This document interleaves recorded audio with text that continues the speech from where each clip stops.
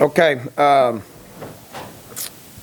And moving on to the next opponent, just got done having a small little practice out there with the guys, switched the schedule up a little bit based on it being Thanksgiving week. So happy Thanksgiving to everybody. But this is the best week of the year for a college football team.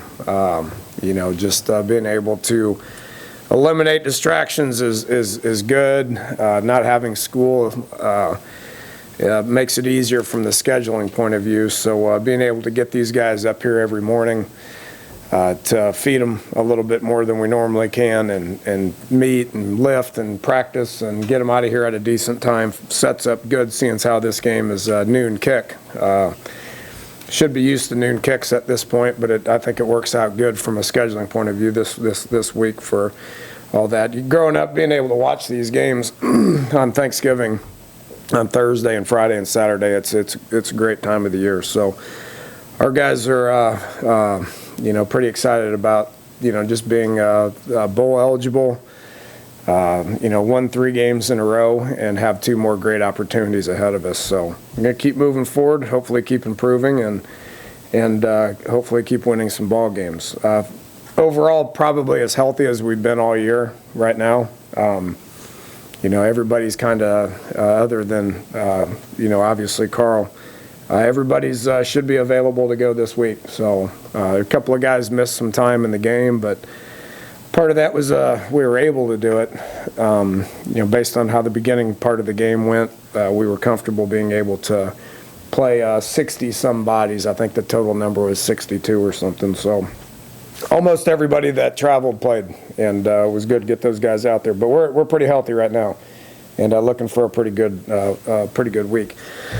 Iowa State. Obviously understand what the situation is there with their football program. Doesn't affect us at all. I don't think it will affect them at all as far as how they play. The one thing that I've always admired Paul Rhodes for is getting his team to play and never quit. It doesn't matter who they're playing. It doesn't matter where they're playing. It doesn't matter what their record is. Their team always just keeps playing. They've always played with effort. They've always continue to play throughout the course of a season, continue to play throughout the course of a game. I would anticipate this game being no different. So I would, expecting them to show up, and if anything, we probably got to be a little bit on guard for maybe having a trick or two, which they're a program that does that anyway. They fake a lot of stuff. They take chances on special teams. They do some trickery stuff on offense and take some chances on defense as well. So really doesn't change a whole lot with what our preparation is and what we're going to expect. Offensively, Todd Sturdy's done a great job taking over their offense about 6 games ago. Made the quarterback switch with Lanning. I think he's a really good player. Sits in the pocket, has good mobility, throws the ball, is accurate, strong arm. Got 3 or 4 receivers that are really good players, big dudes, same guys that we played against last year with the addition of Bundridge, who was hurt for him last year. He's a really good player. And then the freshman back, Warren, is a difference maker. He's, right there, top 3, 4 in the conference, over 100 yards a game. He's a good player, and a bunch of seniors on the O-line. They have 5 of their 6 guys up front, including their tight end, are all seniors. So same guys that we faced the last couple of years. But they're moving the ball well, and they're doing a good job offensively. They typically start fast and jump up on some teams. They have pretty much each and every game. So we'll be expecting them to start fast and not quit throughout the course of a game. Defensively, same guys, that coaching wise that they've had. Have switched up their scheme a little bit, but have done that since game 1 this year. Typical Iowa State defense, they're very sound. They don't take a ton of chances and mix things up too much, but they're very sound in what they do. Got a couple of new faces mixed in with a lot of the older guys that they've played with over the last couple of years. We've had very competitive games against them. And our offense has got our work cut out for it, trying to figure out what these guys got going on. Special teams, solid in every phase. Probably top to bottom as good at any special teams as we've faced all year. The one that stands out is their punt return. They're average a third in the country or something like that. But and got a couple of good guys back there. Their scheme has been problematic over the last couple of years. They put 2 guys back there and try to, spread you from sideline to sideline, and do a good job with that. Their coverage units are really good. Their punt team covers well. Their kickoff team covers well. And like I said, they'll take some chances, so we need to be on high alert with that. So it's kind of the initial thoughts with Iowa State, but looking forward for a good day for our seniors. There'll be a lot of talk about these guys and what they've done for the program over the last 4 years. This senior class was instrumental in the transition into the Big 12. These guys have been there from day one of Big 12 play. So, it's our job as coaches and players, not counting the seniors, to put those seniors in a position to be able to enjoy their senior day. One last time on Mountaineer Field is going to be very important to these guys. It's going to be important to me to send them out on top with a victory and be able to sing Country Roads here in the stadium one last time. So that gives us plenty of motivation to prepare the right way and to play the right way as well. So with that, I'll take some questions. You mentioned Iowa State starting fast. What enables some teams to be able to do that better than others? Oh, I don't know. Momentum's a good one on that. I mean, you get some momentum and they capitalize on it.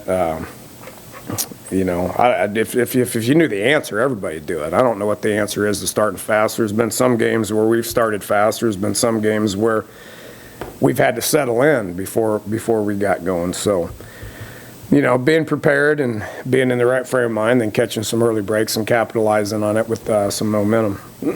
I don't know if there's a magic formula. You touched on the switch with the coordinator. Have you seen any change in what they've done since they made the switch offensively? Nah, you can't really change things too much. You got to keep rolling with what you're doing. Maybe how it's called a little differently, but they look relatively the same. I've seen them against, I've studied their offense against Kansas and Texas Tech and TCU. For earlier in the year when we were preparing for those teams, Iowa State had already played them, and they were one of the games that we would focus on. They're pretty similar to what we do. I mean, they're getting 11 personnel and play 2 backs and go 10 personnel and throw it and run it and all that. So they're really pretty similar with what we do offensively. So, I've got a history with their coordinator. We've talked a lot, and I think he's done a good job with them. Dana, obviously, it's a business with coaching, but, it's also a fraternity. Paul Rhodes, the guy who coaches in your home state. What was your reaction when you heard the news on Sunday? Yeah, I was surprised. I mean, I don't understand why it has to happen at this point, but, we're obviously more worried about what's going on here. And, but Paul's a good football coach. He's, the head coaches hang out a little bit when, different meetings and venues and stuff. And, I've never worked with him, but he's a great guy, and he's a good football coach. Brings a lot of energy to their team and is extremely competitive and a fiery guy. But it's just part of the profession. I mean, you're seeing it, this year seems like it could be, pretty tough, for a lot of coaches. But, it can't affect what we're doing, won't affect what we're doing. We'll keep moving forward, and they're the next team on the schedule that we got to prepare for. Do you even mention the firing of the players at all? Is it something that's brought up? No, it's not something that affects us. I mean, it's just not. You can say, well, it's not fair or whatever it is. I don't know. I mean, it's just that what's happening there is going to happen there. My job is to give our team information and what they need to be prepared to be able to win the game this Saturday. So, we've already met and talked about it, but it's not going to get brought up again, and it doesn't need to be brought up to them with y'all. It doesn't affect what they do. That said, you have to be prepared for them to throw caution to the wind a little bit, saying, well, what the heck? Well, that was my purpose of talking with them. We met this morning and then practiced and met again on the field, but we understand that we need to be on high alert for them doing different things. They don't have to be as cautious as, say, some teams would be. So we need to be on high alert for that. Be ready for anything. It's part of the preparation of getting ready to play a football game. You said everybody was probably able to play this weekend. How did Shelton bounce back? Oh, he's fine. He's fine. I think it's the first time he ever got hit like that. I went out there on the field and kind of looked at him and said, "What's wrong?" And he just said, "I've never been hit like that." I said, "Well, just get up." And he did, and he was fine. So he was good out there today. Yodney, even? Practice today. It should be closer. I doubt at this point he can get into the starting lineup, because of the switch and Marcel playing well and Marquise playing well. But, having the depth is incredibly important. You obviously really like Tyler. You talked a bunch about your guards, but I think Marquise has played the most snaps. He started in full tackle positions, and near as I can tell, he played really well. Not gotten a lot of recognition. Well, he looked really bad giving up that one sack or that one hit. Marquise is one of my favorite guys. I mean, he's been here for a long time. He's going on his fifth year senior. Inspirational guy. Is got lots of energy. Proud of the player that he's turned into. So he is a 2-year starter now. So that's what you really want out of a lineman. There's guys that are ready to play early and end up playing 3 and 4 years, but that's kind of rare. So a guy like Marquise, he's going to get his degree here in December. Leave here. I know he wants to try to play in the NFL, which you have that opportunity, and we'll leave an alumni of West Virginia University. So I'm proud of where he's at. What did you say? I guess anything to after he was able to kind of break through and get that first touchdown of the season? So I'm glad you could score. He goes, "I've known I can score all along." I said, "We'll do it more." And I think he did it one more time after that. When you talked about him at a Big 12 media days back in July, I think you had said he was one of the most dynamic guys you had coached in your time here. When you said that, did you have this kind of the season with him getting 1,200 yards through 10 games and doing what he has? Did you have this kind of a season in mind? I didn't know if he had the ability to be able to do it consistently like that. I didn't know we were going to be averaging 50 rushes a game either. So that's what we're doing offensively has helped Wendell as well. I knew he was a great back. I mean, that's why he was at media days. Be able to do it consistently over 10 games now has been fun to watch. Proud of him for that. I got no reason to think he's not going to continue to do that. The versatility is what has always stood out with him, and being so important, being a run between the tackles guy has diminished some of those ways that we've used him because we haven't had to. And he's been able to handle it. So it hasn't turned out exactly like I thought it would, but not surprised of his success at all.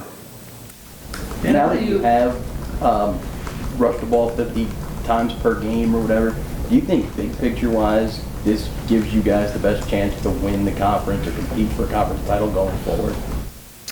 Yeah, absolutely.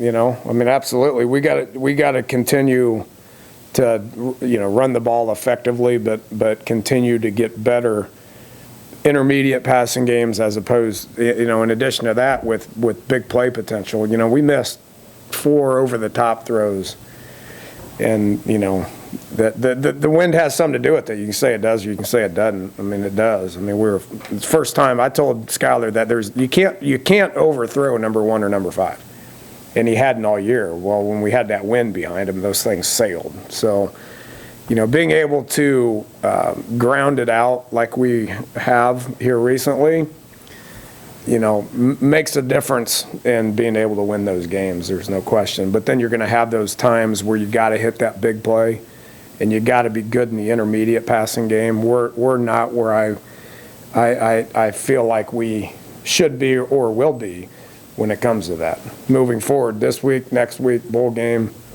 next year. How would you characterize the senior class as a group and what they've been through? I mean, it seems to me like the senior class has gone through a lot injury-wise and the likes. Committed, committed more than anything, committed to WVU, committed to being a Mountaineer. This program, they're proud of where they're at, and they're a close, tight-knit senior class. So I think 20 years from now, you'll see a lot of these guys coming back hanging out together.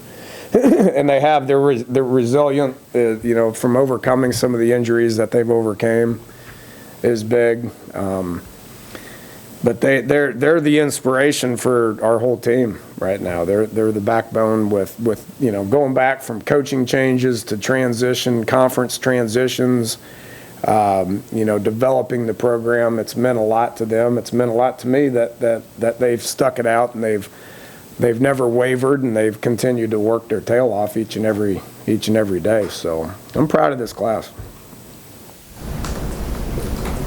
Dana, you mentioned it a little bit, this being one of the best weeks for football because there's no distractions. But, obviously these guys are here, they're locked in, they can't go home to their families for Thanksgiving.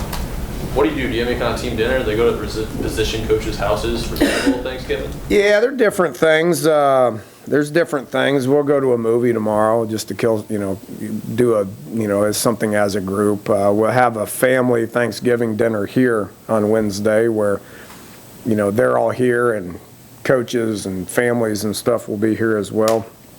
I let them go where they want to on Thursday. Some of them will go home. If you can, they'll get about 24 hours off from Thursday when we're done here until Friday, where we reconvene and go through a Friday schedule where we travel and all that. So a lot of them will go home. A lot of them will have their own dinner. Each and every one, all the coaches will have their own dinners, and there'll be players go to different houses and stuff like that. So we'll make sure that every one of them has a place to go. But we'll have our own dinner on Wednesday, because I want to let guys go. If they want to be able to go, they can go. And then Friday, it's back to work business as usual. You had said a lack of distractions during this week. I guess, how do you hopefully prevent players from finding their own distractions? If you're going to worry about that, then you got to worry about that every day. So our guys are pretty in tune with what this week means, and all their families will be coming in on Thursday, most of them anyway. Come in Thursday or Friday. So we got a little extra time to be able to spend time with their families and stuff, and then. Saturday, obviously, family day or a senior day with the families, and, be able to spend time with them after Saturday as well. And then Sunday we'll be back to work. Got another game after that.